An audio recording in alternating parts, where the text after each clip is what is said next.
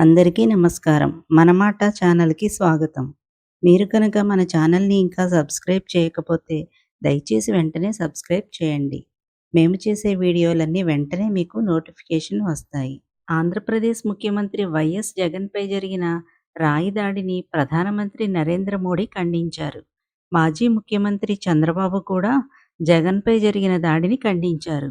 BJP AP అధ్యక్షురాలు Purandeswari, CPI, CPM నాయకులు ఈ దాడిని ఖండించారు.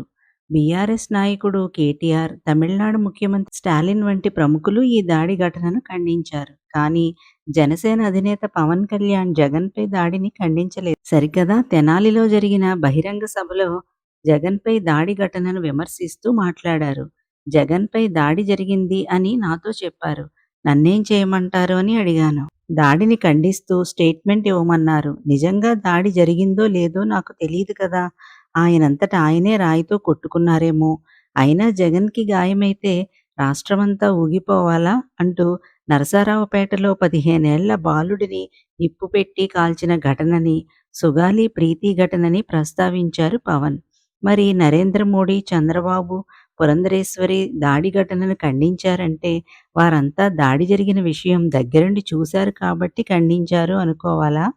పవన్ కళ్యాణ్ తనకు తానుగానే ఇలా వ్యవహరిస్తున్నారో, ఆయనకి సలహాలు ఇచ్చేవారు అలాంటి సలహాలు ఇస్తున్నారో కానీ ఆయన వ్యవహార శైలిలో లోపాలున్నాయి.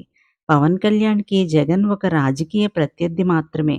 జగన్‌పై వ్యక్తిగత స్థాయిలో ద్వేషం ప్రదర్శించడానికి వారిద్దరి మధ్య పాతపగలేమీ లేవు.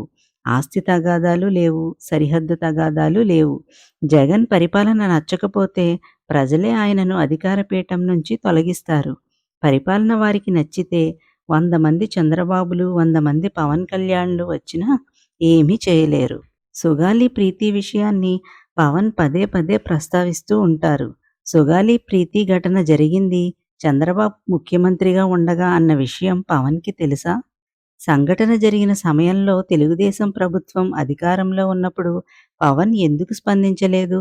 సమస్య వచ్చినప్పుడు దానిపై స్పందించాలి కానీ, తనకి వీలున్నప్పుడు సమస్యలపై స్పందిస్తానంటే ఎలా? తన కూటమిలో ఇతర పార్టీల నేతలు జగన్పై దాడిని ఎందుకు ఖండించారో గమనిస్తే తాను ఎక్కడ పొరపాటు చేస్తున్నానో పవన్‌కి తెలిసిపోతుంది. తన మాటలు వినేవారిలో జనసేన కార్యకర్తలు, వైసీపీ కార్యకర్తలు మాత్రమే కాదు, తటస్థులు ఉంటారు, మేధావి వర్గం ఉంటుంది, సాధారణ ప్రజలు ఉంటారు. పవన్ ఏం మాట్లాడినా జనసేన కార్యకర్తలకు నచ్చుతుంది, వైసీపీ కార్యకర్తలకు నచ్చదు. అది సహజం. కానీ పవన్ ఇలా మాట్లాడుతున్నారేంటి అని తటస్థులు, మేధావి వర్గం, సాధారణ ప్రజలు అనుకోకూడదు. అనుకుంటే అది రాజకీయంగా నష్టం చేస్తుంది. ఆ విషయం పవన్ గమనించాలి. ఈ వీడియో కనుక మీకు నచ్చినట్లయితే లైక్ చేయండి, షేర్ చేయండి.